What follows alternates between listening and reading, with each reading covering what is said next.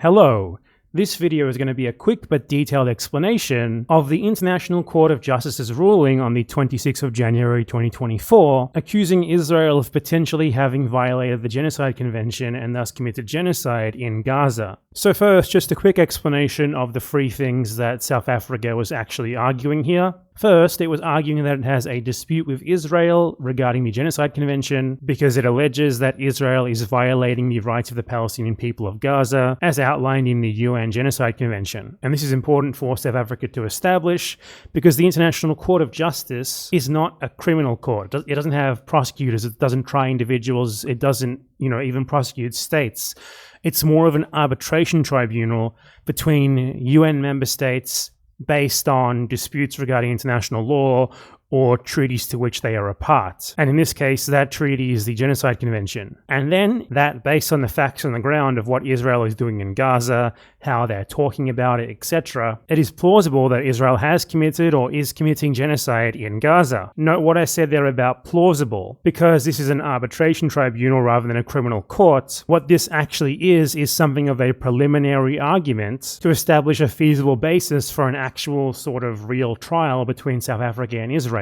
So the court at this stage is only ruling on whether it is plausible that Israel is committing genocide in Gaza, not on whether Israel has actually committed genocide in Gaza. That's something that they will only judge later on, a lot further down the line, if the court agrees with them that it is plausible that Israel is committing genocide in Gaza, and thus that this merits further investigation and an actual real trial. Thirdly, South Africa asked the court to implement provisional measures if it does find that Israel is plausibly committing genocide in Gaza. Provisional measures being measures designed to prevent genocide. So that's basically the chain of this ruling here. Establishing a dispute, establishing the facts on the ground, not that there is actually a genocide yet, but rather that it is plausible that there is one, and then an implementation of preventative measures on Israel to prevent this plausible threat of genocide from occurring or from getting worse. So, regarding the first argument on whether or not there is a dispute or whether the court has jurisdiction over this case, Israel had tried to get the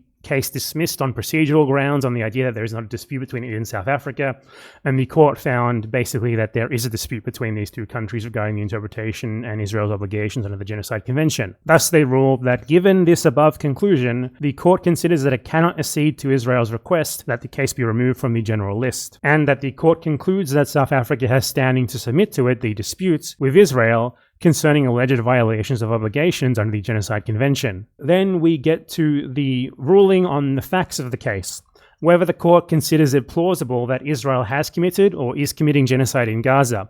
And this is determined in paragraph 54 of the ICJ ruling, which states, in the court's view, the facts and circumstances mentioned above are sufficient to conclude that at least some of the rights claimed by South Africa and for which it is seeking protection are plausible. This is the case with respect to the right of Palestinians in Gaza to be protected from acts of genocide and related prohibited acts identified in Article 3, and the right of South Africa to seek Israel's compliance with the latter's obligations under the convention. So this is basically legalese for it is plausible that Israel is committing genocide.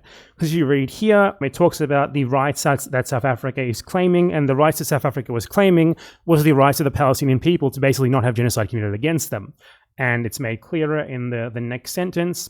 This is the case with respect to the right of Palestinians in Gaza to be protected from acts of genocide and related prohibited acts identified in Article 3 being of the Genocide Convention. So this paragraph right here is saying in no uncertain terms that the court has concluded that it is plausible that Israel is violating the Genocide Convention. And if you're violating the Genocide Convention, that means that you are committing one of the 4 crimes related to genocide. That is 1, doing genocide yourself, 2, aiding and abetting genocide, 3, being an accomplice to genocide, and 4, inciting genocide. Now, obviously, Israel is not simply aiding and abetting genocide, nor is it merely an accomplice to genocide. It is rather directly doing it itself, or at least it is accused of doing it itself.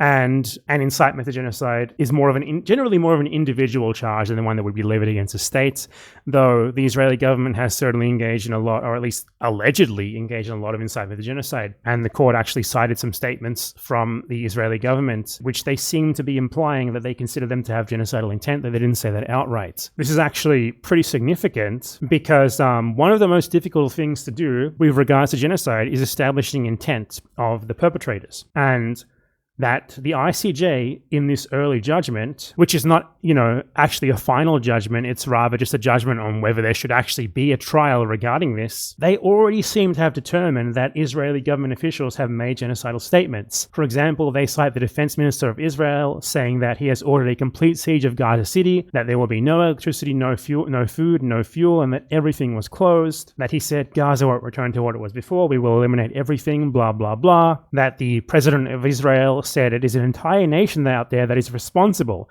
And it's not true about this rhetoric that civilians are not aware, not involved. I think that's very significant because if this does go to trial, it's going to be difficult for the ICJ to go back on them citing this. It seems like they haven't outright stated it, but the judges seem to be citing these statements, that they have 3 separate statements from Israeli government officials that they have chosen in a genocide case, proof of what they believe to be a plausible threat of genocide or a plausible case of genocide has already occurred. So that indicates that they believe already that these are statements of genocidal intent. And that is extremely good news if this actually ends up going to a trial, which it, in all likelihood, pretty much has to, because they've already accepted South Africa's arguments here. So that is, that is a very interesting thing. So the court decided basically that it is plausible, though at this stage they do not make any actual final judgment on whether it is the case or not, but they have decided that it is plausible that Israel has committed or is committing genocide in Gaza based on the merits of the facts that South Africa presented, and that Israel's counter case was not strong enough to counter South Africa's case. So now, and this is the big win here, this is the most important part of this. A lot of people are focusing on the provisional measures, but this is the most important thing. The most important thing here is that massive hit to Zionism, to Zionist propaganda, to Israel's allies' propaganda.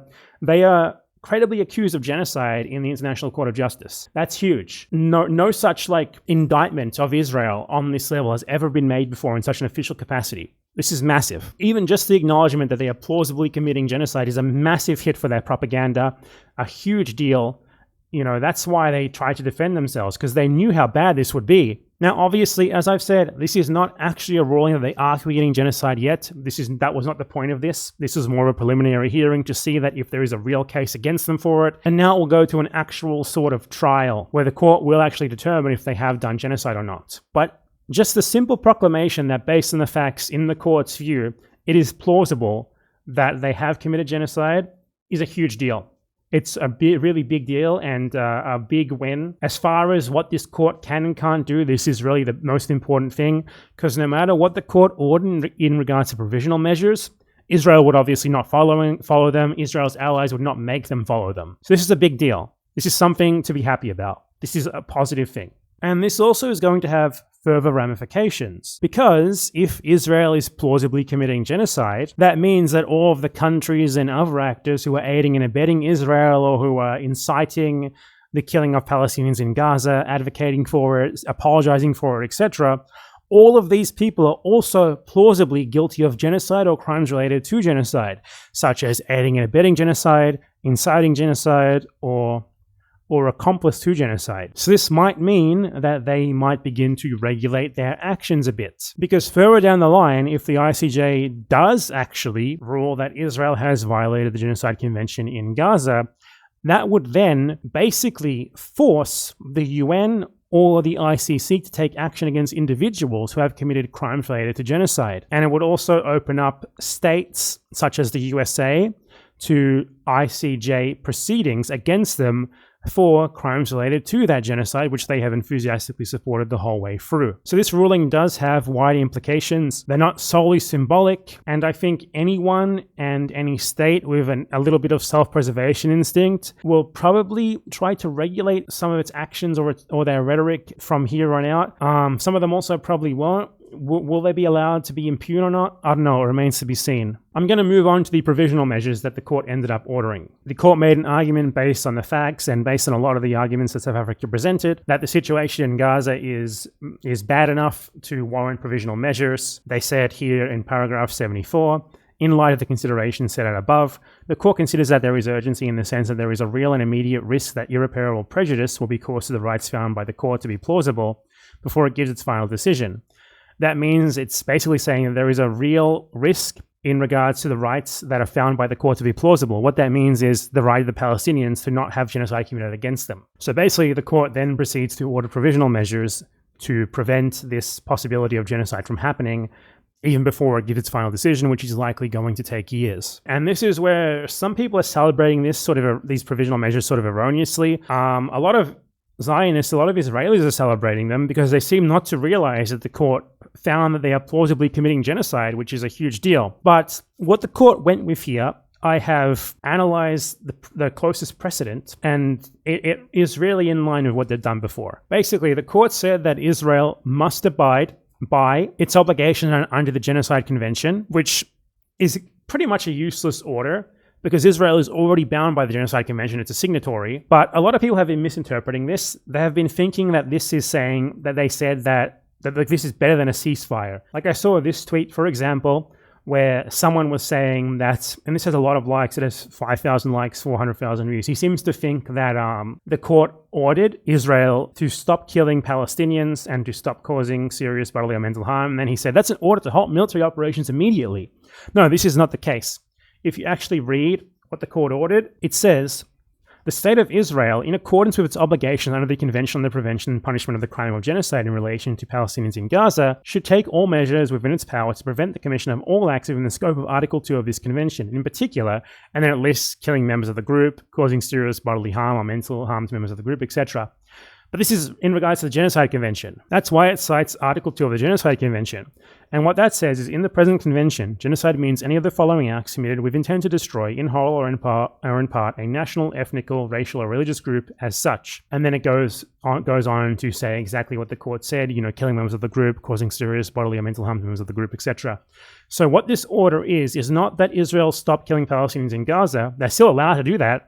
As crazy as that sounds, that's just not allowed to do that with genocidal intent. They're not allowed to do that as part of a genocidal scheme to genocide Palestinians, because this is in regards to the Genocide Convention. This basically means nothing because Israel is already bound by the Genocide Convention. This is basically just a reminder to them. It's like a stern reminder that they are bound to the Genocide Convention. It's not a real order making them do anything. Then it goes on to say basically that Israel must ensure its military does not do any of these crimes. Israel must ensure people stop inciting genocide. Or the one here that does actually that might actually do anything, but I mean it's just in regards to Israel actually doing it by its own goodwill, is they order that Israel provide basic services and humanitarian assistance, which they haven't been providing sufficient quantities of. Will that actually do anything? I mean, theoretically it would do something, but the others are basically just like telling Israel, hey, it's plausible that you're doing genocide, so we're reminding you of what your obligations are under the Genocide Convention, which you're a signatory of. Then there is this provision: the state of Israel shall take measures to prevent the destruction and ensure the preservation of evidence related to allegations of acts within the scope of Article 2 and Article 3 of the Genocide Convention. This is a heavy indication that the court is going to proceed with an actual real trial against Israel for genocide, though. As I said, this is going to be a pretty weird trial. It's going to be South Africa versus Israel. It's not going to be a real trial from a prosecutor. In this trial, it will be able to establish the facts. It will be able to, say if Israel did genocide or not, but it won't really be able to take real action to that extent. But it will at least be useful for taking a look at the evidence of what Israel has done and exhaustively getting on the judicial record what has happened and whether or not it's genocide, which, I mean, this is the ICJ. It's a very politicized court, so it's not exactly an 100% objective court, but it is at least a big win that this has even been allowed to get to this stage. And that is the end of this order. On both sides, there's been some misunderstandings regarding these provisional measures.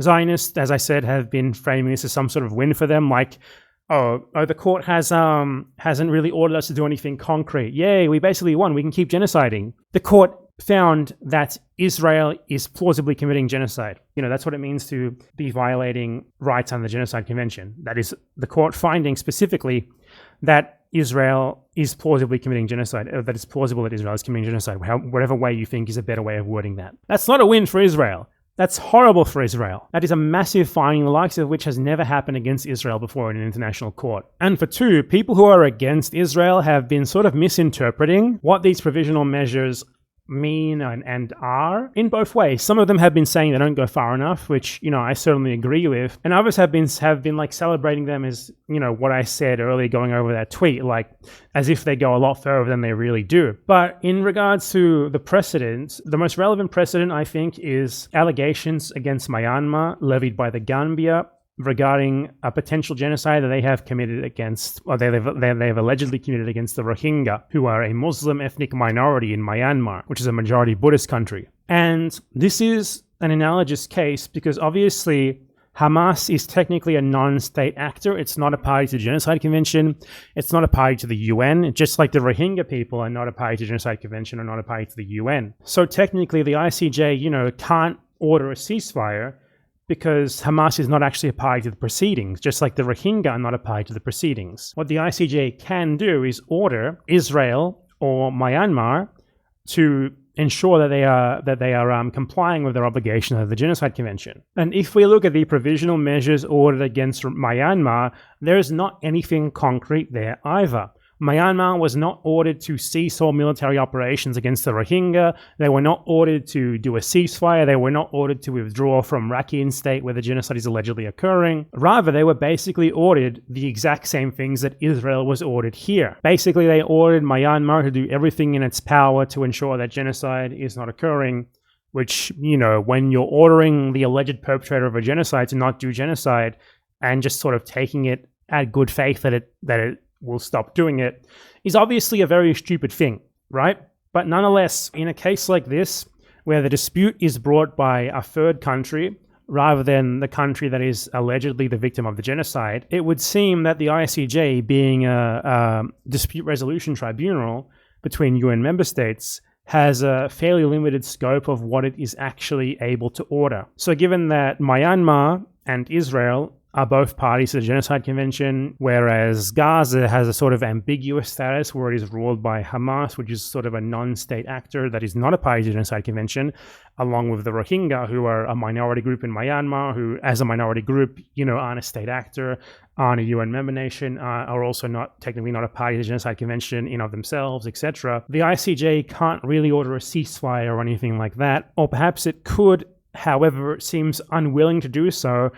But this is not something that is limited to South Africa's case against Israel. I'm just trying to point out here that the thing they ordered here, like the provisional measures they ordered here, disappointing as they are, at the very least, don't seem to be specific to Israel. It seems to be the same sort of thing that they have done in analogous situations in the past, which is basically just to say, hey, we suspect that you might be doing genocide, so stop doing anything resembling genocide. Now, that's obviously wholly inadequate, but at the end of the day, no matter what the court ordered, Israel would not abide by it, and Israel's allies would also not make them abide by it anyway, its allies, being like the US and the EU. So while it might have been a powerful statement for the court to go further than this, it really functionally doesn't matter. The most important thing, as I said earlier, is the fact that the court even really accepted the idea that Israel, the holy cow of the West, that the US and Europe constantly basically protects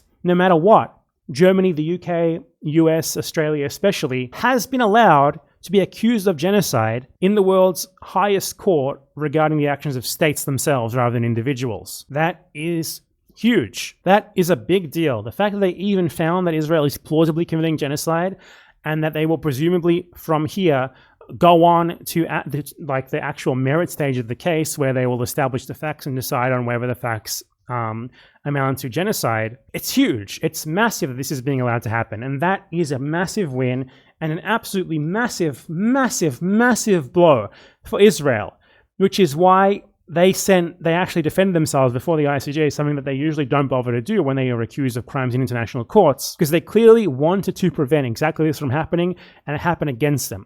In effect, Israel lost on all three counts. They lost on their argument that there was no dispute between them and South Africa regarding the interpretation of the Genocide Convention. They lost on the actual merits of the case because the court found that it is at least plausible that Israel has violated the Genocide Convention. And three, the court issued provisional measures against them. So could the ruling have been better?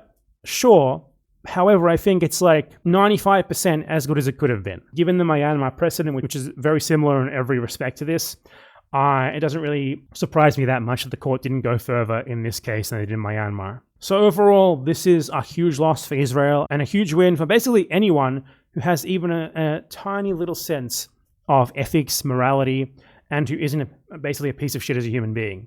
So yeah, huge deal. I would say don't get your hopes up for this case from this stage onwards. I think the biggest issue of this case is that the ICJ is probably not the best place to establish the facts in a case like this. In my experience studying genocide cases, the facts are usually established better in cases against individuals, because those individuals can also be charged with war crimes, crimes against humanity, etc., that are technically lower than genocide, but still huge crimes. Whereas the ICJ case against genocide is going to be very narrowly focused on the crime of genocide.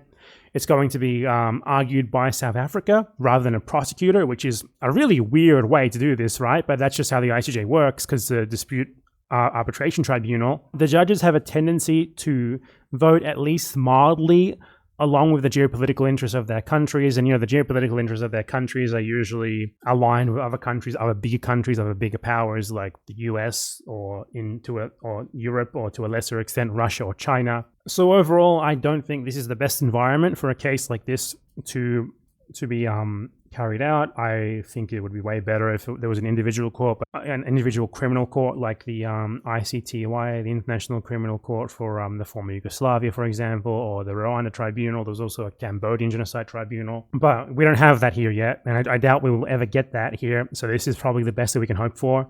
That it's even been allowed to get this stage is a huge deal. And yeah, you should be happy about this if you support Palestine, if you're against the Israeli genocide of Gaza, because that it has even been allowed to get this far is a big deal. But you should, from here on out, sort of stimmy your expectations, because regardless of how strong the factual case against Israel is, it will be an uphill battle to get the judges to rule against them in a couple of years' time, whenever they actually issue their final ruling, due to geopolitical concerns and political concerns regarding this case. But overall, this is not a win for Zionists, and it's also not as big of a win as some are framing it as being, but it is nonetheless a big win. Sure, it doesn't really mean anything on the ground, but it is huge in terms of delegitimizing Israel's propaganda, and Israel's propaganda has already been falling apart, and it's been falling apart for years beforehand as more and more people come on board and realize just how evil the state of Israel has been, and seemingly always will be. Anyway, yeah, so that's just a quick analysis of this case, a bit of an explanation of it. Hope it helped, and yeah, that's all I got to say. See ya.